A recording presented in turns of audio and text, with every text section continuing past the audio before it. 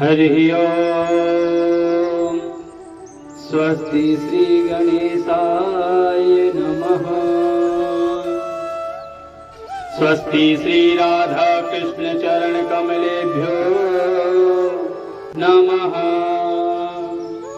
स्वस्ति श्री मातृ पितृ चरण कमलेभ्यो नमः।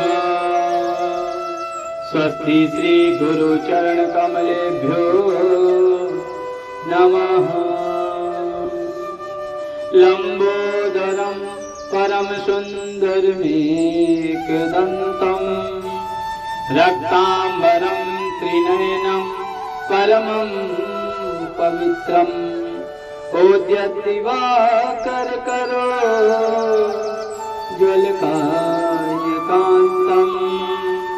विघ्नेश्वरं सकल विघ्न हरं नमामि। गवामि तीर्थे बसती है गंगा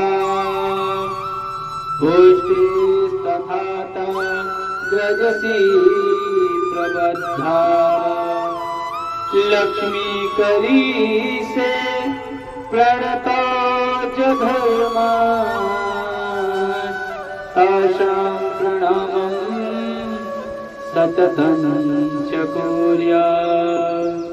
नारायणं नमस्कृत्य नरं चैव नरोत्तमं देवीं सरस्वतीं व्यासं ततो जयमुदीरये। गुरुर्ब्रह्मा गुरुर्विष्णु गुरुर्देवो महेश्वरः गुरु साक्षात् परब्रह्म तस्मै श्री गुरुवे नमः। ध्यान मूलं गुरुमूर्ति पूजा मूलं गुरुपदम् मंत्र मूलं गुरुवाक्यं मोक्ष मूलं गुरुकृपा। अखण्डमण्डलाकारं व्याप्तं येन चराचरं तत्पदं दर्शितं येन तस्मै श्री गुरुवे नमः। माता रामो मत्पिता रामचन्द्रः स्वामी रामो मत्सखा रामचन्द्रः सर्वेश्वं मे रामचन्द्रो दयालु नान्यं जाने नैव जाने न जाने। लोकाभिरामं रणरङ्गधीरं राजीवनेत्रं रघुवंशनाथं कारुण्यरूपं करुणाकरन्तं श्रीरामचन्द्रं शरणं प्रपद्ये। वंशी विभूषितकर नवनीरदाभात् पीताम्बरादरुणबिम्ब फलाधरोष्ठात् पूर्णेन्दु सुन्दर मुखादरविन्द नेत्रात् कृष्णात् परं किमपि तत्त्वमहं न जाने। जय जय श्री राधा रमण जय जय नवल किशोर जय गोपी चितचोर प्रभु जय जय माखन चोर। श्री राधे मेरी स्वामिनी मैं राधे जी को दास जन्म जन्म मोहि दीजियो अपने चरणन में वास। मेरो मन मानिक गिरवी धरो श्री गिरधर जु के पास प्रेम ब्याज इतनो बढ़ो अपने झूठन की आस। शिव समान दाता नहीं विपत्ति निवारणिहार लज्जा सबकी राखियो तुम नंदी पे सवार। आइए हनुमंत विराजिए मैं कथा कहूँ मति अनुसार प्रेम सहित गादी धरो विराजो पवन कुमार। बुद्धिहीन तनु जानिके सुमिरो पवन कुमार। बल बुद्धि विद्या देहु मोहि हरहु कलेश विकार। परंपराधार अकारण करुणावरुणालय भक्तवांछा कल्पतरु पीतांबरधारी श्री पुराण पुरुषोत्तम राघव जी के चरणों में सदास का प्रणाम।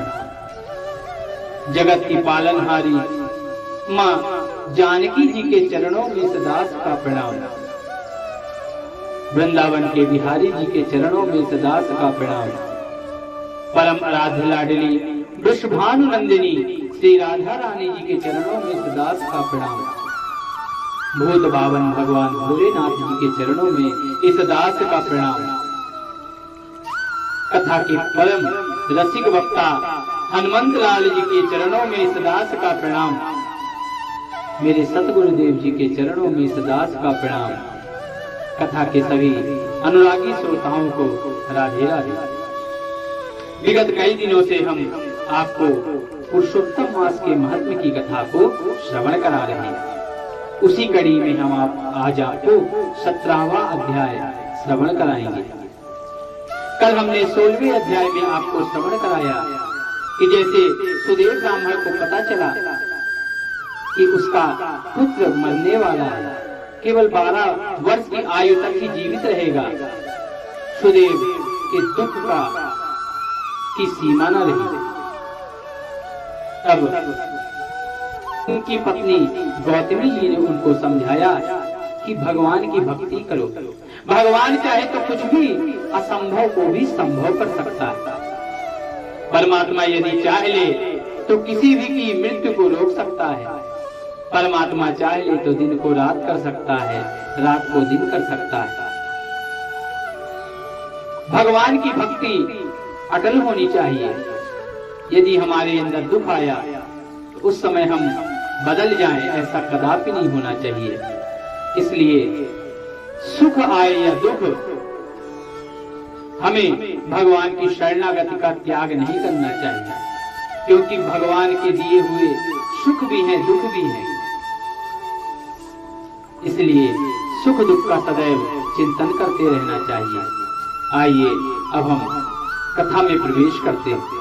अथ 17 अध्यायः। श्री नारद उवाच ततः किं भवत्तस्य प्रबुद्धस्य महीपतेः तन्मे वद कृपा सिन्धो शृण्वन्तां पापनाशनम्। श्री नारायण उवाच स्वकीय चरित्रं श्रुत्वा प्राक्ताञ्चकितान् राजानां पुनरेवाह वाल्मीकि श्रवणोत्सुकः। श्री वाल्मीकि उवाच इति तः शीतलावाचः श्यामाकर्णं प्रियामुखात् सुदैव धैर्यमालभ्य हरौ चिन्तमधारयत् निःश्वासस्य दीनवतनो यद्भक्त्वां तदद्विशति इति निश्चति मनसा पुष्पार्धं वनं ययौ एवं कृत्यवतस्य क्रियान् कलौ कृतं समित्कुत्स फलार्थं कदाचित काननं ययौ।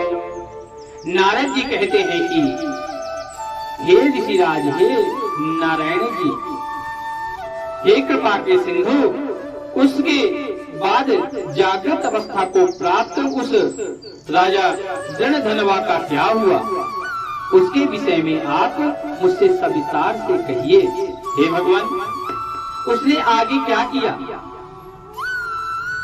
कहिए, जिसको सुनने से पापों का नाश हो गया है, ऐसी वाणी आप मुझसे कहिए। नारायण ऋषि कहते हैं कि हे नारद जी, अपने पूर्व जन्म के चरित्र को सुनकर आश्चर्ययुक्त था और सुनने की इच्छा रखने वाला दृढ़धनवा वाल्मीकि ऋषि फिर बोले कि इस तरह हे राजन, इस तरह स्त्री के मुख से शीतल वाणी को सुनकर सुदेव शर्मा धैर्य को धारण करके भगवान हरि का चिंतन करने लगा। दीर्घ श्वास लेकर दीन मुख सुदेव शर्मा जो होने वाला है वह होगा, यह मन में निश्चय करके पुष्प समिधा आदि के लिए वन को चला गया। इस प्रकार करते हुए सुदेव शर्मा कितना ही समय व्यतीत हो गया। बाद किसी दिन समिधा पुष्प फल पुष्प आदि लेने के लिए वन को गया था। वहां जाकर सुदेव शर्मा मन में हरि भगवान के चरणों कमलों का ध्यान करने लगा।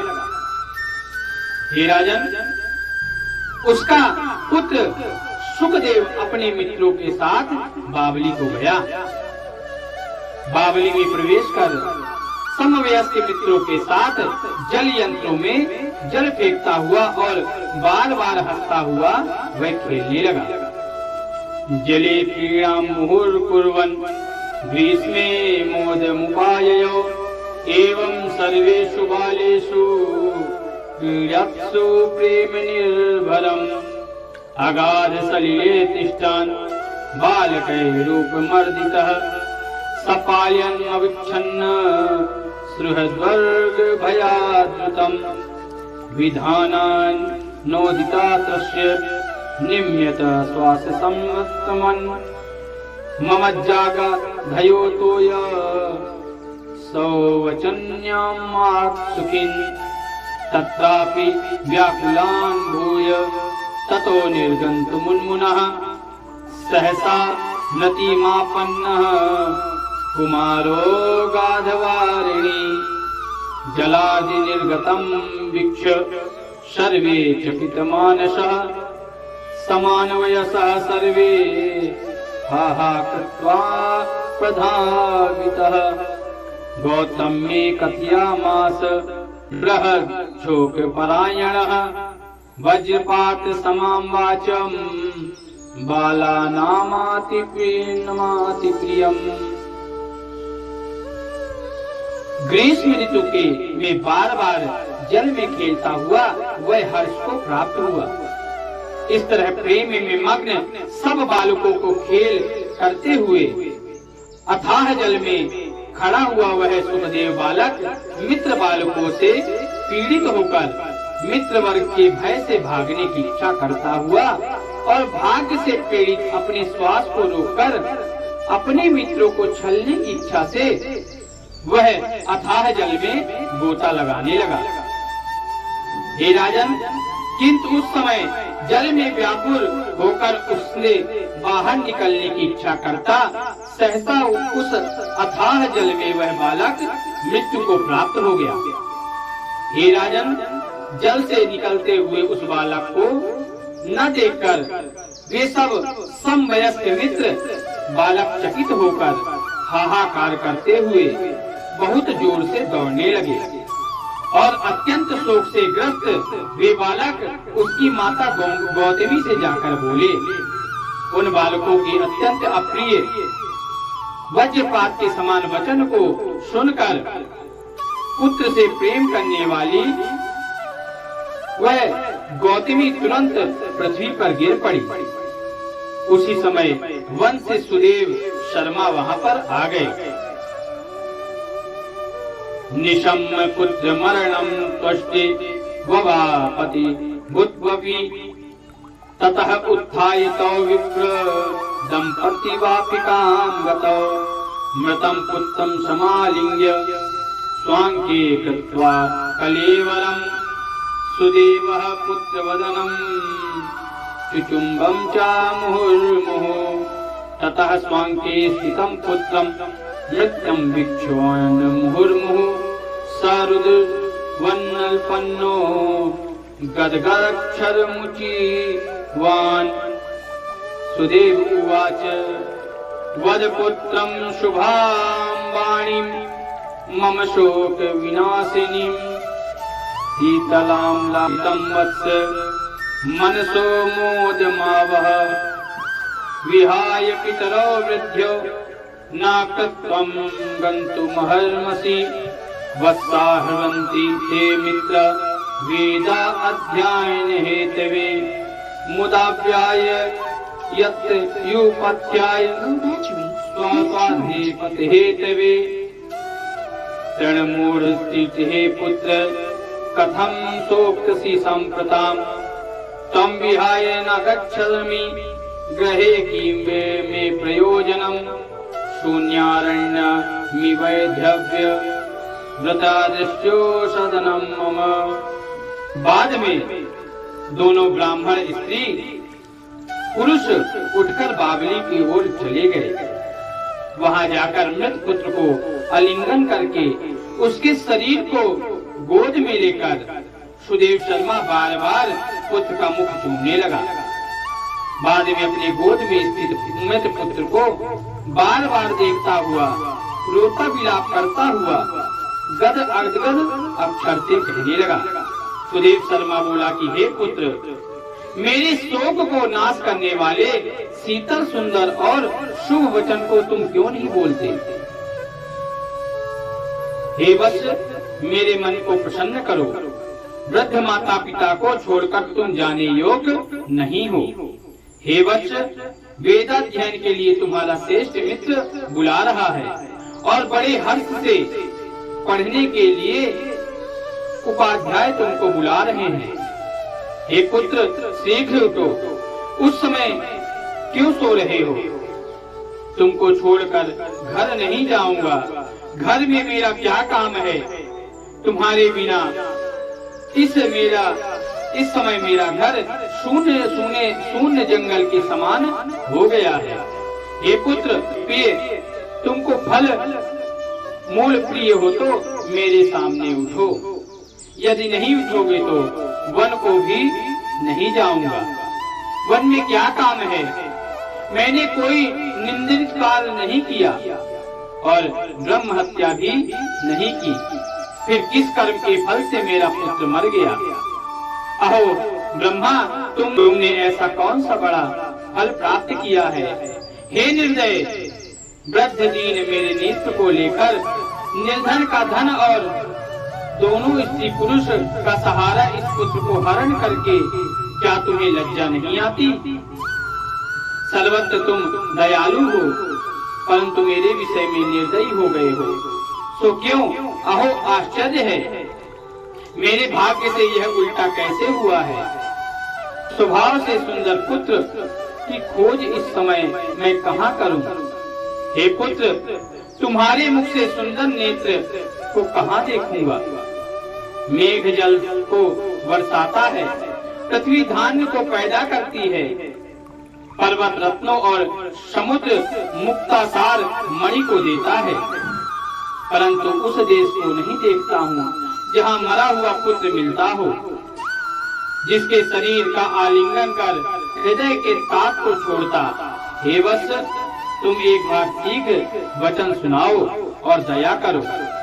हे वत्स, तुम सुखेद्वच्यं सवायासु दया कुरुम विलापत्यन्ते माता कुररीव गत्र तत्कृपा तां दृष्ट्वा तु कथं पुत्र दयानोपद्यते तव अननुज्ञात पितरो न कदापि भवान् गतः आवमा पृष्ट्वा किं दीर्घ मार्गं तं जानसि वेदाध्ययन सद्गुणी कस्य श्रोत्रामि सम्प्रताम् त्वमानु स्मरतो वत्स कलवाक्यं मनोहरं सतधा दीर्घ्यातनोद्य प्रेयसं हृदयं मम।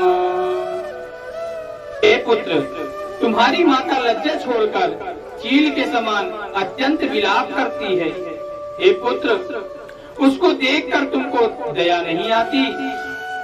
माता पिता की आज्ञा बिना तुम कभी नहीं गए। हे पुत्र, हम दोनों से बिना पूछे दुर्ग मार्ग को गए हो? कभी गए हो क्या? इस समय किसके वेदाध्ययन की उत्तम वाणी को सुनूंगा? हे वत्स, आज तुम्हारे और तुम्हारे मनोहर मधुर वचन के स्मरण से मेरे हृदय में के 100 टुकड़े हो गए। तुम अपने माता पिता को छोड़कर क्यों चले गए? क्योंकि मेरा हृदय लोहे के समान है। हे कौशलेंद्र, हे राजा दशरथ, तुमको हम धन्य मानते हैं, क्योंकि रामचंद्र के वन जाने पर पुत्र के ताप से दग्ध हुए प्राणों को नहीं देख रख सके, परंतु पुत्र के मर जाने पर भी जीवित रहने वाले मुझको धिक्कार है। हे गोविंद, हे विष्णु, हे यदुनाथ, हे नाथ, हे रुक्मणी के प्राणपति, हे मुरारे, हे दीन पर दया करने वाले, हे दयालु, पुत्र रूपी अग्नि के ताप से संतप्त मेरी रक्षा करो। हे देवादिदेव, हे समस्त लोकों के नाथ, हे गोपाल, हे गोपीश, हे चक्र को हाथ में धारण करने वाले, हे यमुना के विष दोषों को हरने वाले, पुत्र रूप अग्नि के ताप से संतप्त मेरी रक्षा करो। देवाधिदेव खिल लोकनाथ, गोपाल गोपीश रंग बाणे, कालिंद कन्या विष दोष हानि, माम पाहि पुत्र नलताप तप्तम, वैकुंठ विष्णु नरकेशु चराचर, धरा भवाधितोप ब्रह्मादि देवान, पादपीठम पाहि पुत्र नलात तप्तम, सठो मदन्यो भविता न कोपि, यो देवकी सूनु वचो विलंघ्यत, पुत्रो दुर्दशा कृतवान, भाग्यो लभतो को वतु। हे वैकुंठवासी विष्णु, हे नरकासुर के नाशक, हे चराचर के आधार, हे संसार रूपी समुद्र से पार कराने के लिए जहाज रूप अर्थात समुद्र से पार उतारने वाले, हे ब्रह्मादि देवताओं के से नमस्कृत चरण पीठ वाले, पुत्र रूपी अग्नि के ताप से संतप्त आप मेरी रक्षा क्यों नहीं करते? आप तो जब जब आपके भक्त बुलाते हैं उनकी रक्षा के लिए तुरंत दौड़े चले आते हैं, चाहे वह गज हो या अजामिल हो। जिसने आपको श्रद्धा भाव से पुकारा है उसकी रक्षा के लिए आप स्वयं दौड़े चले आते हैं। आपने द्रौपदी की रक्षा के लिए अति शीघ्रता की, फिर मेरे कष्टों से मेरी रक्षा के लिए आप देरी क्यों कर रहे हैं? हमारे समान सठ दूसरा कोई नहीं है जो मैंने देवकी के पुत्र श्री कृष्णचंद्र के वचनों का उल्लंघन कर पुत्र की दुर्दशा की, पुत्र में दुराशा की। कौन अभागा पुरुष भाग्य में रहने वाली वस्तु को प्राप्त कर सकता है? जिसके भाग्य में जो है वह उसे मिलता है। मृत्यु अटल है। मनुष्य जब जन्म लेता है तो वह मरता भी है, किंतु दूसरा मनुष्य धोखे के कारण उसके मर जाने पर रोता रहता है। और एक बात विशेष है कि आप जीवन भर किसी के लिए रोते रहे, किंतु एक बार जो मृत्यु को प्राप्त हो गया हो वह दोबारा लौट कर नहीं आ सकता। जब तक इस पृथ्वी पर है तभी तक हमारा संबंध है, तभी तक माता पिता पुत्र पौत्र भाई बंधु सब हैं। मरने के बाद कोई किसी को नहीं पहचानता। आज की कथा यहीं पर हम गोविंद के चरणों में पर विश्राम करते हैं। इति श्री बृहन्नारदीय पुराणे पुरुषोत्तम मास महात्म्ये श्री नारायण नारद संवादे जन धन्वोपाख्यान सुदेव विलापो नाम सप्तदशमो अध्यायः। बोलिए वृंदावन बिहारी लाल की जय, राधा रानी सरकार की जय, शंकर भगवान की जय, माता पार्वती की जय, हनुमंत लाल की जय। जय जय श्री राधे, जय जय श्री राधे, जय जय श्री राधे श्याम। नमः पार्वती पतये, हर हर महादेव शंभो।